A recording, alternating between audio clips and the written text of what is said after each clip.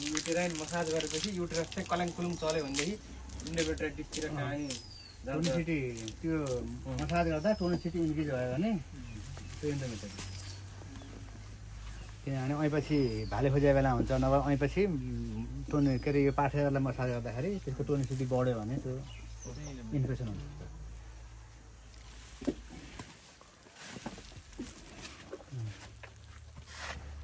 ल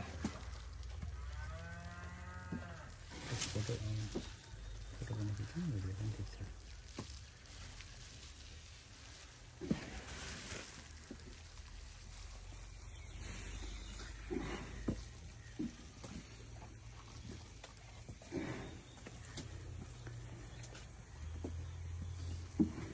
कहिलेतिर हो यसले चाहिँ त्यो फोहोर फालेको अरे हिजो पनि फालिरहेको थियो त्यो दुध जस्तो